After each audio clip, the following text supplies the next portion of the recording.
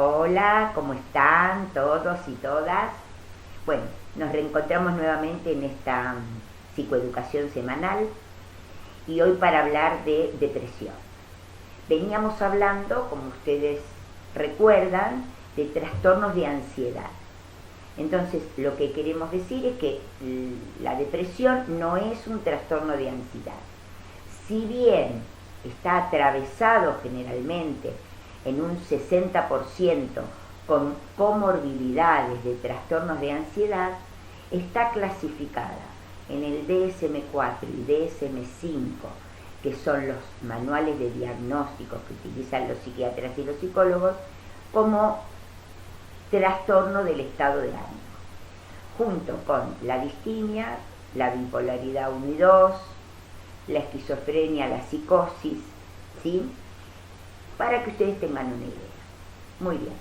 ¿Qué vamos a decir de depresión? Depresión es un trastorno neuropsicopatológico, o sea, multisistémico. Y como tal, tiene una disfunción global. Afecta todas las áreas de nuestro círculo holístico y casi todas las áreas de nuestra vida cotidiana.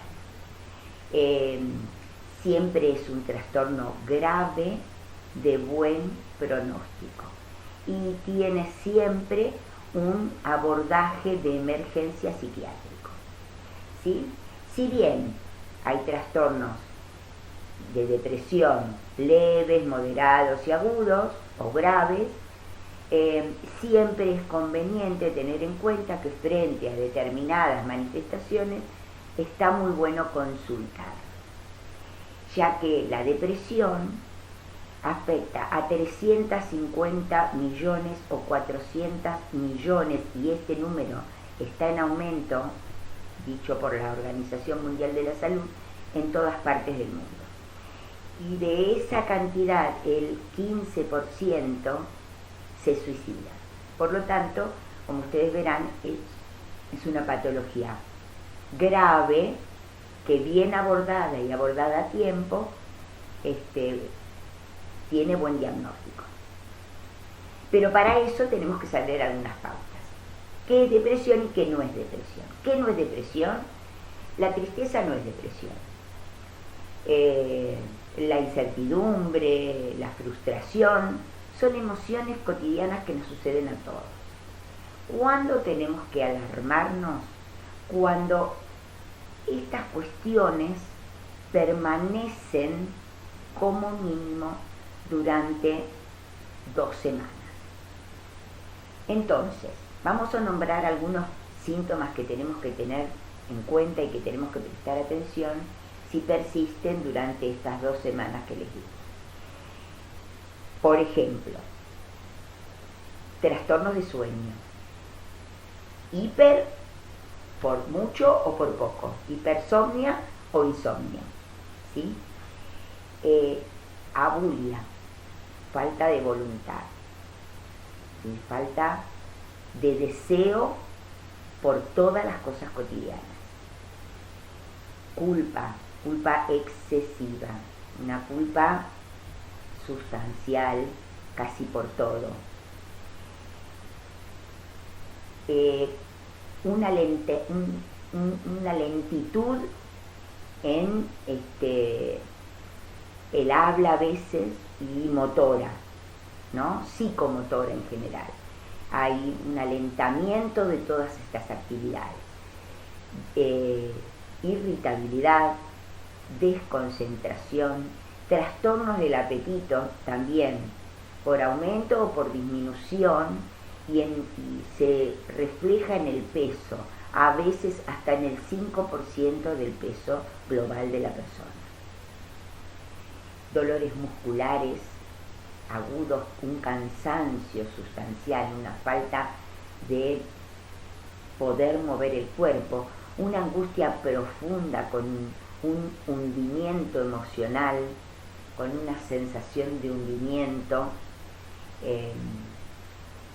muchas veces llanto, ideación de muerte, ya sea con o sin planificación, Muchas veces estos deseos, estas frases de decir ojalá me muriera, si me muero nadie va a necesitarme, no importa si estoy o no estoy en esta vida, esa sensación de abatimiento, ¿no? Esa sensación, las personas no tienen futuro, no pueden planificar en el futuro. Hay una dificultad para planificar de aquí en adelante. En algunas ocasiones problemas gastrointestinales, problemas de dolores de cabeza. Los síntomas son múltiples, pero cuando estos síntomas persisten a través de 15 días, está muy bueno tener en cuenta que sería oportuno una consulta. La depresión, como les dije antes, es multisistémica, por lo tanto, las áreas afectadas son todas. Pero lo que quiero hacer un punto es que no son solamente inhibitorias las depresiones. Las depresiones pueden ser inhibitorias y pueden ser excitatorias. Por lo tanto, no todas las personas que atraviesan por episodios de depresión están tirados en la cama o llorando todo el día. Hay depresiones ya les digo, con efecto excitatorio, que lo atraviesan con mucha actividad, a veces en algunos casos con mucha habla, hablan mucho, mueven mucho las piernas, se friegan las manos, cruzan y descruzan las piernas, no pueden estar quietos en un solo sitio, se levantan, salen, entran, se sobreexigen y se sobrecargan de trabajos y de cosas, porque no pueden quedarse quietos. Así que es muy importante tener en cuenta esto, porque tenemos como idea global que la depresión es estar llorando tirados en la cama, y no todas las personas manifiestan esos síntomas. Tener en cuenta que la persona pierde el deseo, aparte que, como les dije, pierde la voluntad, pierde el deseo por la vida, pierde el deseo por el proyecto, todo lo hace de forma automática porque siente que es una obligación, pero no tiene deseos de hacer nada. Pierde el sentido vital. Esto lo tenemos que tener en cuenta porque muchas veces la depresión viene enmascarada. También tenemos que tener en cuenta que afecta en mayor grado a las mujeres que a los varones, pero los varones consultan menos. Entonces hay una gran dificultad en esto. Las mujeres tienen más tendencia a padecer depresión, pero consultan más. Como les decía, la depresión es una enfermedad del cerebro y en el cerebro. ¿Por qué decimos esto? Porque afecta la parte límbica y prelímbica. Se supone en los estudios que de dos formas diferentes, ya sea por la disminución de los estímulos excitatorios o por el aumento de los estímulos inhibitorios. Sea por uno o por otro, altera el funcionamiento del cerebro por varias cosas, porque es proinflamatoria, por ejemplo, y por lo tanto altera el mecanismo y la funcionalidad de los neurotransmisores, de la parte química y de la parte eléctrica. Por lo tanto, la mayor parte de las depresiones, si bien hay varios tipos de depresiones, pero la mayor parte tienen que estar abordadas farmacológicamente. Las depresiones son muchas.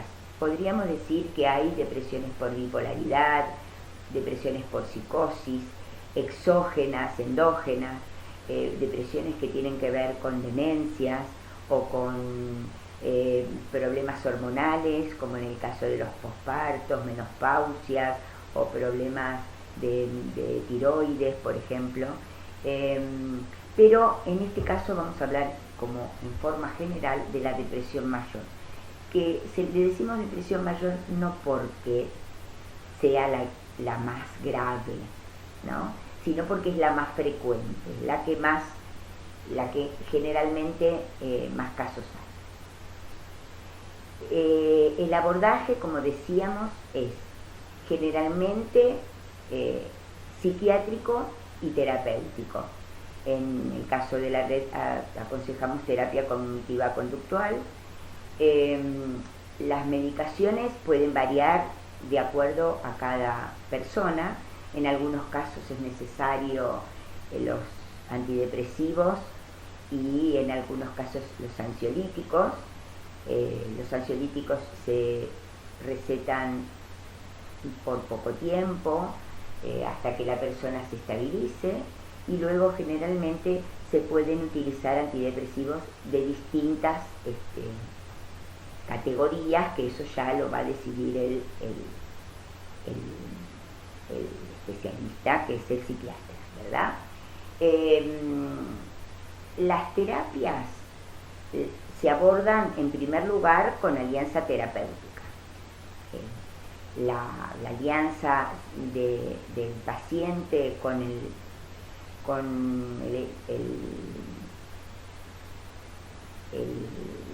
psicólogo es muy importante, porque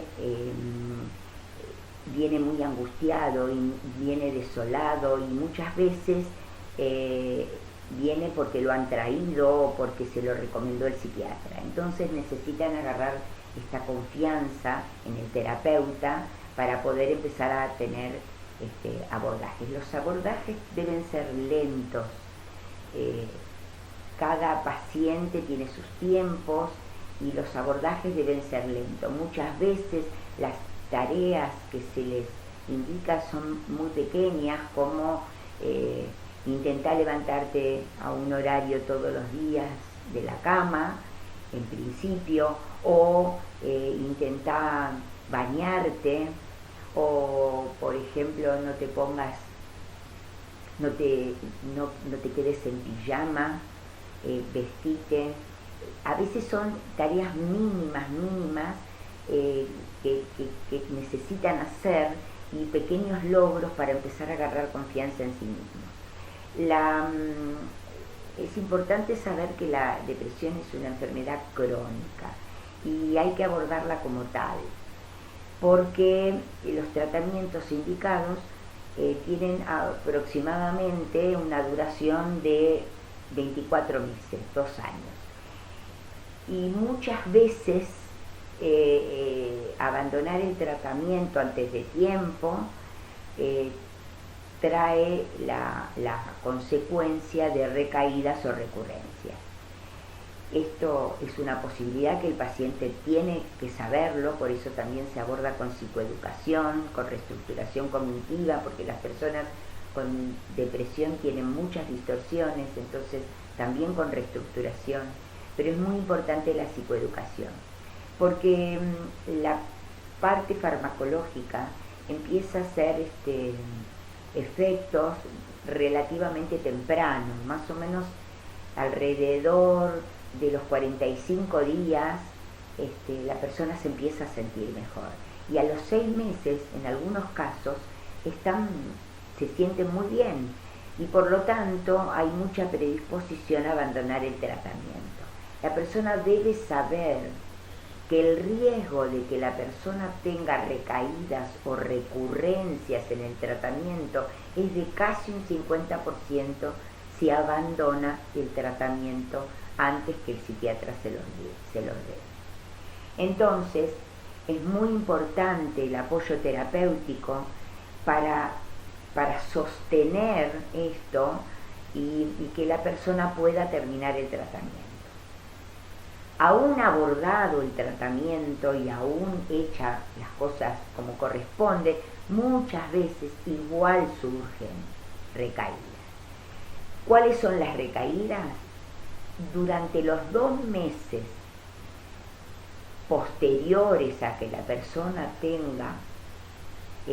haya dejado la medicación, haya terminado su tratamiento, puede aparecer una recaída. A esto le llamamos recaída. Cuando aparece posterior a los 2 meses, a veces al año, le decimos recurrencia.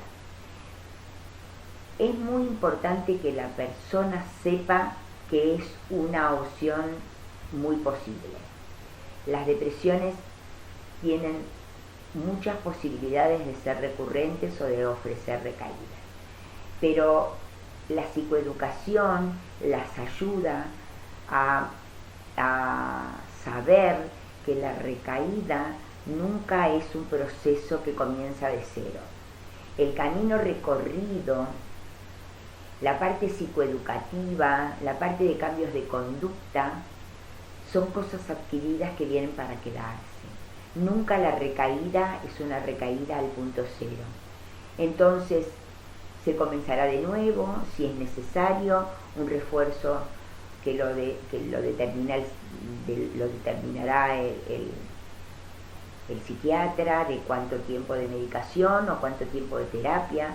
Es muy importante entender también que la de medicación es infinitamente necesario, pero que también hay que hacer un cambio de hábitos, un cambio de comportamientos, de maneras de pensar, de estructuras de pensamiento, de esquemas. La depresión generalmente vino por algo, y ese algo es lo que hay que modificar. Los comportamientos previos, las tendencias al estrés, las tendencias a las preocupaciones excesivas, las tendencias a magnificar algunas cuestiones. Por eso es muy importante el abordaje de psicoeducación y de reestructuración cognitiva. Bueno, como les decía antes, es una patología con buen pronóstico, pero no podemos descuidar ni podemos mirar para otro lado si algo de esto nos está pasando, o algún ser querido o algún familiar o alguna persona llegada le está pasando algo de esto.